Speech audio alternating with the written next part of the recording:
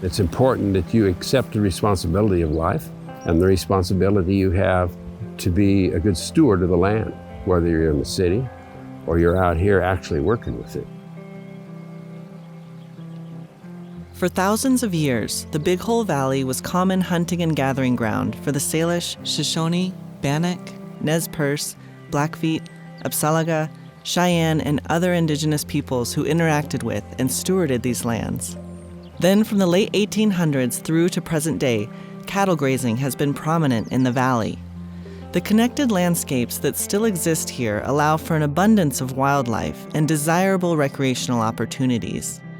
This is a look into how residents are working together to ensure a continued coexistence of people and place in the valley.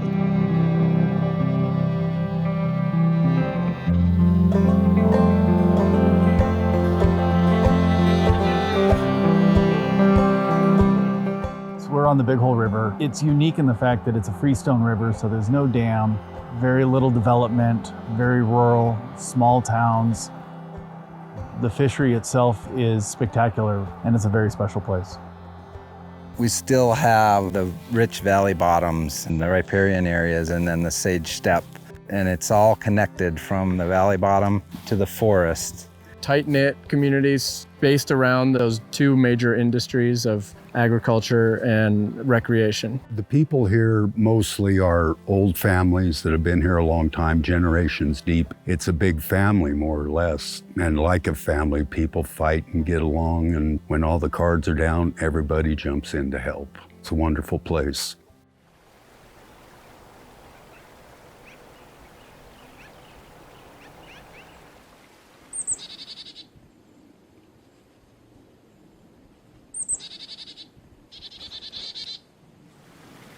This river and the floodplain that we're in is really what keeps this area thriving for people that want to visit and for people that make a living off the landscape here.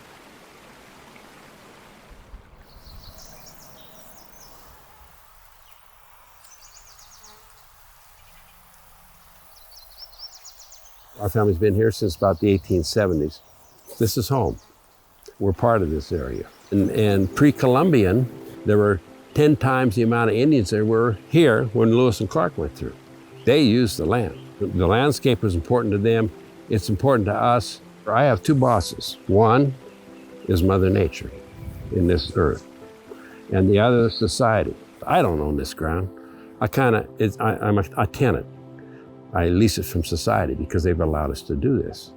In general, right now, the American people just want to come out here and recreate, and I don't blame them. But they have to understand how important the management of the resource is. We need a working landscape. As you drive through the West, you look around, there's a rancher, a public land rancher, taking care of that resource for you.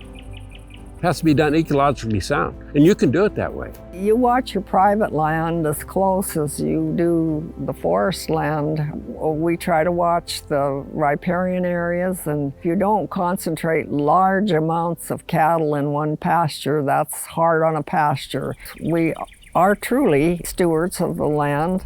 For millennia, the grazing and movement of bison on the landscape here was essential to the health of the grassland ecosystem. When bison were killed off to near extinction by the early 20th century, this critical component to the landscape's nutrient cycle was eliminated. When managed properly, cattle can provide some of the disturbance necessary for the health of the ecosystem.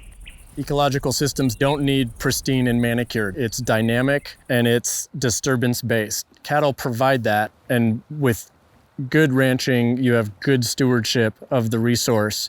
Those are the types of things we need to incentivize and encourage. We're part of this resource. We have an obligation and a responsibility to manage the resource. And the most important things are the little things that you don't see, because they're the ones that determine the health of the river, the health of the ecosystem.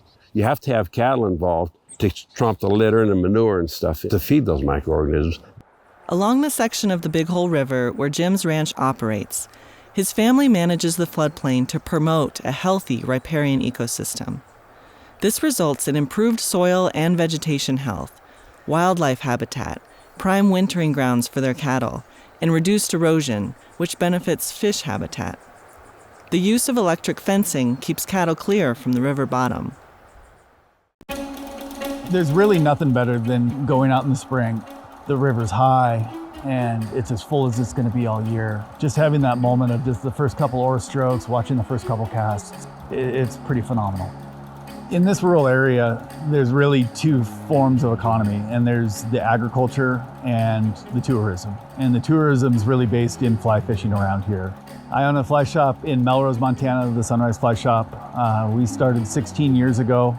It's a small little destination shop. We have several hundred people a year come fish with us.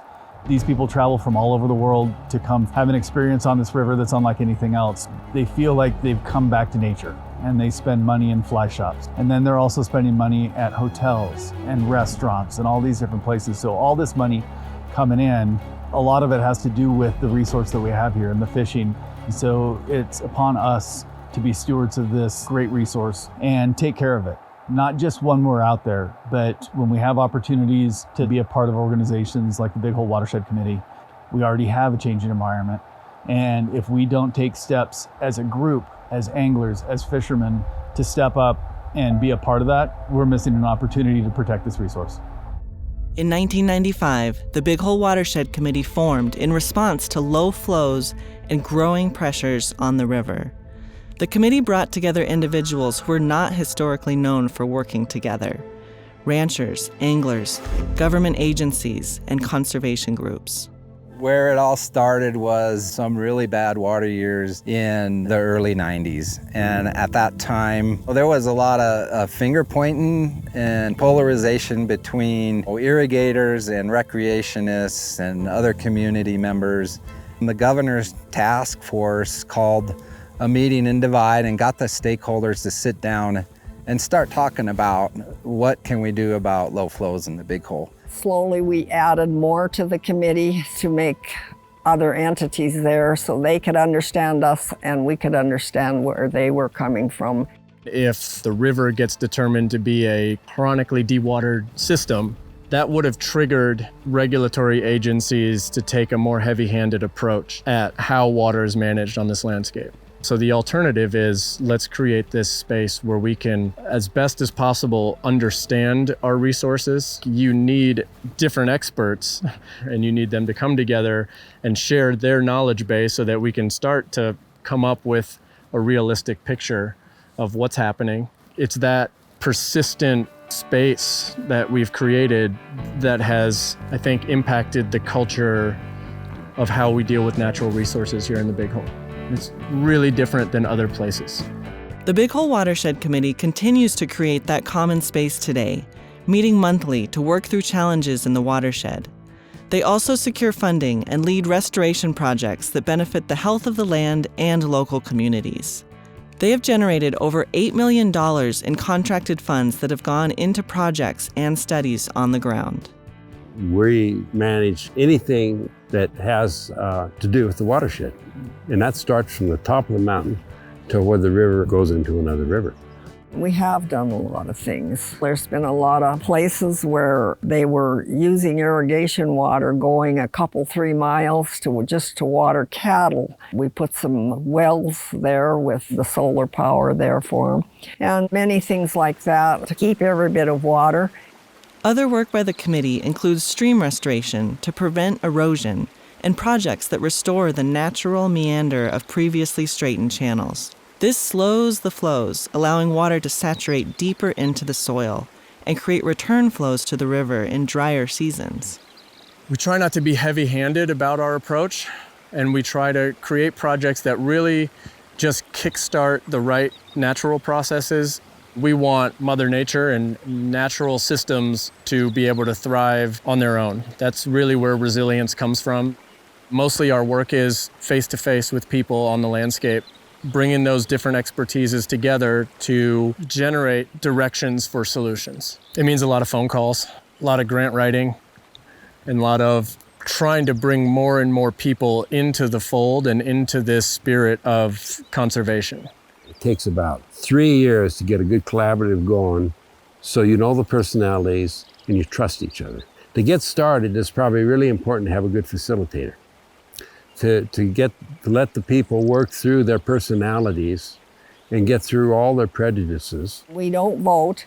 We talk things out until we can come to a consensus. When you pass a resolution, everyone has to agree to it. If you say no, that means that doesn't go through. But you have to explain why you're saying no. And so through that process, either you convince the group you're right, or possibly the group can convince you that you're wrong. If you run into an issue that you can't solve, you drop it because you don't want to destroy your group. And every once in a while, it's happened to me, it's happened to everyone in our group, you stand up and make an ass out of yourself on an issue, and the rest of us just sit back and say, I wonder when my time's gonna come. And you're always looking for better ways to do things. That's what outside experience helps. We all got blinders on. I've been involved with the Watershed Committee for about 3 years now. It became obvious that I needed to have more of an active role. We need to be able to share our knowledge of being on this water every day, because there's a lot of times that we notice things that somebody that's on the river once a month may not notice. The most important people in this whole thing are the guides, because they can either say to the fishermen, the damn ranchers are drying this river up, or they can say to the fishermen, this is an unbelievably dry year. We're all working together, and the ranchers are contributing water. We're slowing down our fishing. This is a working system. There's some good groups that are working on this. It's important that you donate to them so we can do what we're doing. There's only so many resources and so many dollars in this valley. It's important for us to try to gain buy-in from the clients that come fishing with us, and organizations that are out there that have dollars that are given for grants for restoration work. One of the great things about this is we're all from different backgrounds. And no, we don't always see eye to eye, and we definitely have different priorities. But we all are here to protect the Big Hole River. Having that common voice and having common ground is what's gonna gain successes. I think it's an education thing, so each entity can understand each other, that we're all in this together.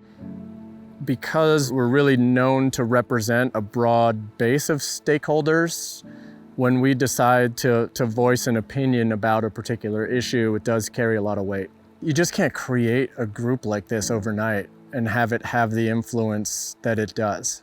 You know, it really takes persistence and this sort of longevity and track record that I think the Watershed Committee has developed. Another critical aspect of the Big Hole is that the town of Butte gets 40% of its drinking water from this river. They pipe it up and over the Continental Divide.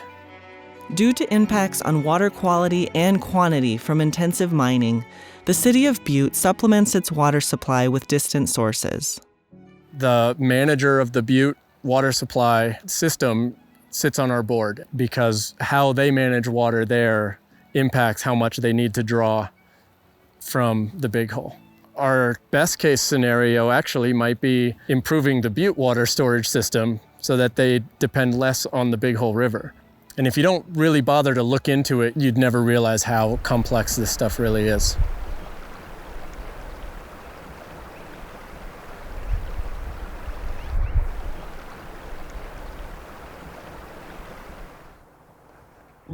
In the summer of 2021, there were record droughts across the West. Additionally, wildfires in the Big Hole Valley burned from July all the way until November, blanketing the valley in smoke and burning over 80,000 acres of forest. I've never seen the drought be quite this bad. A drought like this makes a lot of expenses on the ranchers. Hay was very, very short. We're gonna have to buy lots of hay. Everybody is. And the river is the lowest I've ever seen. It's hard on the fish. And with the fire and all, the smoke is hard on the animals and the people and the crops and everything. And it's been really tough this year. The grass you grow this spring is the grass you use next March when you put those cows out on the range. You're not going to get the grass to grow when it's this hot. That's a huge cost. And there's a lot of little operators around here that are probably carrying a lot of debt. Some of them have had to sell their cattle because you just didn't get the growth this year. And be quite frank, I don't know if they're going to make it. It's very serious. And it could have an impact of who's going to own these ranches down the road. This is the most valuable asset we have, and we have to learn to manage it. We had an incredibly low snowpack. We had the driest spring and summer that we've seen in years. And what that's done is brought the river down to a level where we haven't seen it in a long, long time. All but 25 miles of the river is currently closed to fishing because it's too low. The water temperature was getting so high that it was becoming lethal to the fish. It's been so challenging. I know that the ranchers have had a difficult year irrigating. The bookings that we have at the shop are down anywhere from 50 to 75%. It's been difficult, and it's all because we don't have water. And without water, we don't have an economic backbone in this valley. In 1988, we had a very similar precipitation year. Historically low flows, historically fast runoff, and the Big Hole River at Wisdom went dry for 32 days. This year, same climate, same precip patterns, the river hasn't gone dry. You know, it's not great, but we haven't lost the river. And the difference has been the spirit of cooperation. So we've seen an unprecedented amount of giving back water for irrigation. We've seen our guides and outfitters put on voluntary restrictions on their own business for the sake of the fishery. What I think is really encouraging, and to me is a testament to the Big Hole Watershed Committee and the importance of the organization, is that folks really are making these changes to their operation with the resource in mind. They're not making changes to sort of maximize short-term profit at the expense of the resource over the long term. It's actually quite the opposite. One of the first real accomplishments of the Watershed Committee was our voluntary drought management plan. It was the first of its kind in the state. The plan required us to install stream gauges to be able to separate out different sections of the river so that if the river hits a certain flow trigger or a temperature trigger, if it's temperature related, we want to protect the fishery, so a section of the river would close. The drought management plan also establishes a call down list, basically, where when the flows hit a certain trigger, ranchers start calling each other and they start conserving. Voluntary conservation is one of the best tools that we have to make sure that we don't lose our rivers in really tough years. There's definitely changes that are happening with runoff and the amount of snowmelt. Everyone is adapting to those changes. We're looking for how to build more resilience in the natural systems. I look a lot towards the history of beaver in the West. There used to be way more beaver, 10 times more beaver than there are currently.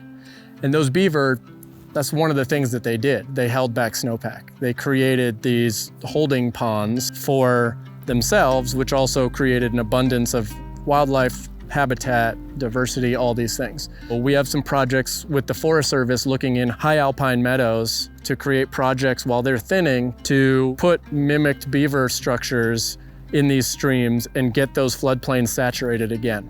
These natural systems can do a lot of this work for us. We just got to kind of kickstart the right projects in the right places. We have this amazing river, and we're seeing how the climate's change is having a direct impact on this resource. And we don't have the cold springs and the wet springs that we used to have. The reason temperature in the river is such a big deal is the river is filled with trout and mountain whitefish and grayling. And these are cold water species. The temperature can get hot enough that they will just die because the water's too hot. The Big Hole River is home to the last fluvial stronghold of native Arctic grayling in the United States, outside of Alaska. Trying to do better for the Arctic grayling, that was another big push of ours early on. We didn't want that fish to be listed under the Endangered Species Act. As soon as that happens, then any irrigation withdrawals by an irrigator can be considered a take against the livelihood of the fish. So all of a sudden, you've got the fear of litigation if you're a rancher for just trying to make a living. So then the answer becomes, how can we prevent this fish from getting listed? What do they need? And that's where the Partners Program with the U.S. Fish and Wildlife Service came in, and the Big Hole Watershed Committee was key in that partnership in bringing funding for specific projects. In the Big Hole, Arctic grayling habitat is 90% private land. If we don't work with private landowners, we really are handcuffed about how effective we can be for conservation. We have 33 landowners in the Big Hole that have these site-specific conservation plans for Arctic grayling. It's been phenomenal. The habitat has improved, the stream flows have improved, and the population has responded. And while we're doing that, we're conserving not only grayling, but the whole watershed. Aquatic, birds, mammals, all the species that utilize that habitat. After lots of hard work in 2020, U.S. Fish and Wildlife Service determined that that fish did not need to be listed in the Endangered Species Act. They really cited the voluntary conservation that's going on in the upper river as one of the things that's putting the fish on the right trajectory. I mean, it's just a testament to collaborative conservation. The Partners for Fish and Wildlife program provides technical and financial assistance to landowners looking to restore and enhance habitat on their land. In the Big Hole Valley, this program includes the installation of solar wells, wildlife-friendly fences, and projects that improve soil health and drought resilience. Our program's philosophy is to put someone in the community. Landowners with good cause, they are suspicious of government a lot of times. And so when you put someone in the community and you show them that you care about their livelihoods, I think that's what you need to do for success. For me, I've learned so much about what their needs are, what their water needs are, what their grazing needs are. At the same time, I think that we've been able to educate landowners what the needs of the fish and the wildlife are. If it's not gonna work for the landowner, it's not gonna work for the fish. If we're gonna put the rancher out of business, it's just not gonna work. And so we've come up with these funding sources and these strategies that hopefully are win-wins for not only keeping ranching on the landscape, but helping them out a little bit. If we put in a stock water system for a rancher, they might not have to chop ice in the winter. What we get back from it is maybe they're not diverting water out of the river, or maybe those cows aren't hanging out right in the riparian area because their water is elsewhere.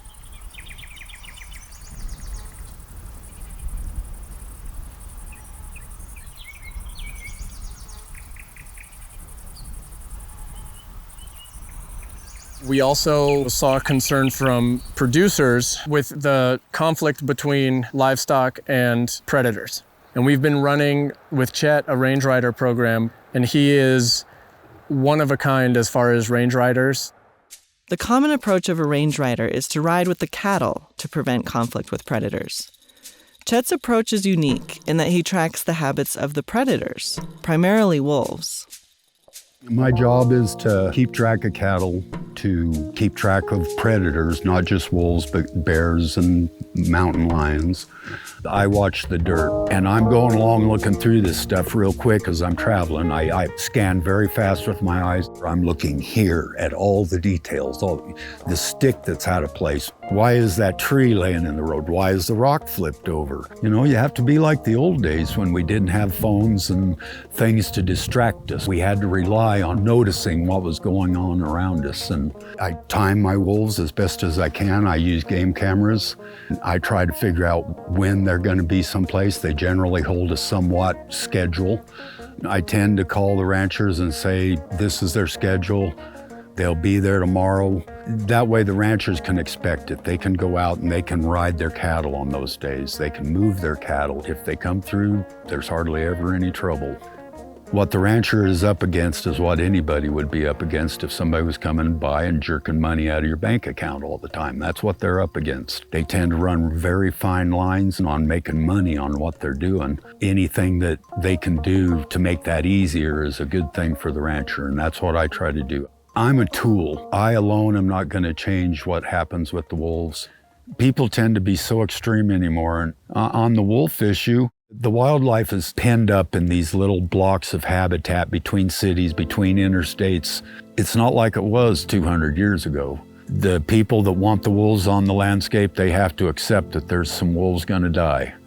And the ranchers have to accept that sometimes they're going to pay the price for having them wolves there, whether they want them or not. They're here. They're going to have to research and find ways to deal with them, like in the Big Hole with the Watershed Committee and the ranchers here. It's a balance thing. Take all of this fertile valley bottom and take ranching off of it. What other land use is there that has value so to speak, in the money-driven world that we live in. It's subdivision, it's big mansions, it's trophy homes for the very, very wealthy.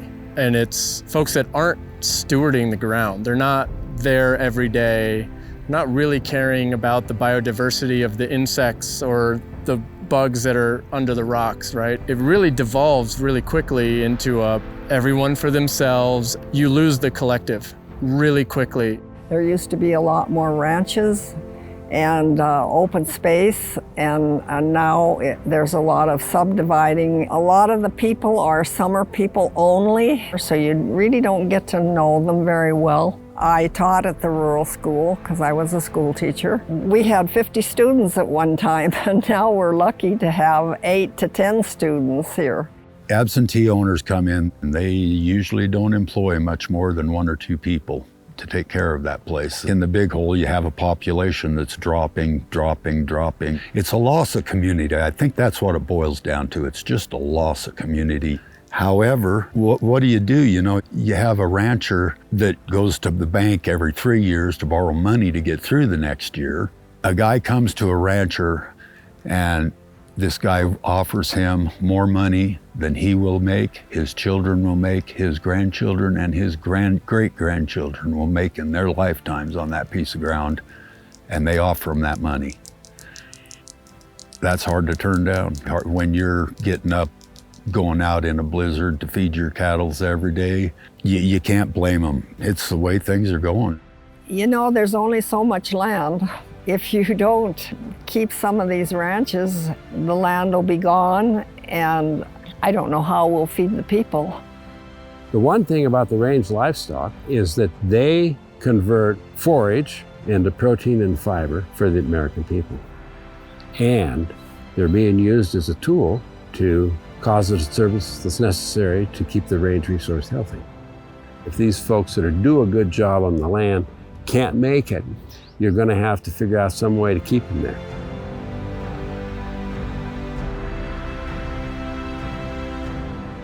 If society doesn't recognize that, economically, it's going to be very, very difficult to continue, because you've got good people out here that are willing to work, but it's about ready to break us. They think we're big, rich people that lock everything up, and that's going to be the case if they keep doing what they're doing, because we're not going to be here. It's going to be owned by rich families. If we take ranchers off the land and we're now dealing with roads and concrete and houses, it just fragments habitat. This whole landscape is connected from the valley bottom to the mountain peaks, and when you fragment one type of habitat, it's going to have impacts on the next type of habitat. So having this landscape watershed scale conservation effort, keeping open spaces, keeping these big ranches intact, that is such a key for all these wildlife species. One of the great things about the Big Hole is we still have a lot of large connected landscapes. Not because we've let it go, it's because the landowners that own these parts are making decisions to make sure that there's a place for the moose that we just saw, and a place for the fish, and a place for the people. You can't keep a landscape connected if the people aren't connected. What the people in modern society have lost is understanding how patient you have to be with Mother Nature. She's unbelievable, and she can heal about everything. But you gotta be patient, and you gotta help her out. Everything is so connected and important. The soil, the plants, the pollinators, the bugs. When you have intact systems, it's Mother Nature's best. We have to wake up. We have to understand that this is a working landscape. We should all get together to work, and that's where collaboratives come in. The Big Hole Committee, they have a mission to take care of this valley and to see this valley improve, and they've got a lot of good minds doing that. Diversity, of course, in anything, diversity is a step up. If the rest of the country would try as hard as they do to cooperate and try to move forward with things, it'd be a lot better. I think that everybody needs to be active in their community, and then we have no reason to complain. These things are important. This is the river that runs through the Big Hole Valley, and all of these communities that are up and down the river, this is the lifeblood of those communities. The anglers, the outfitters, the landowners, the irrigators, everybody needs to be concerned, and everybody needs to step up and work together, because individually we have nothing. We need to work together to make this a better place.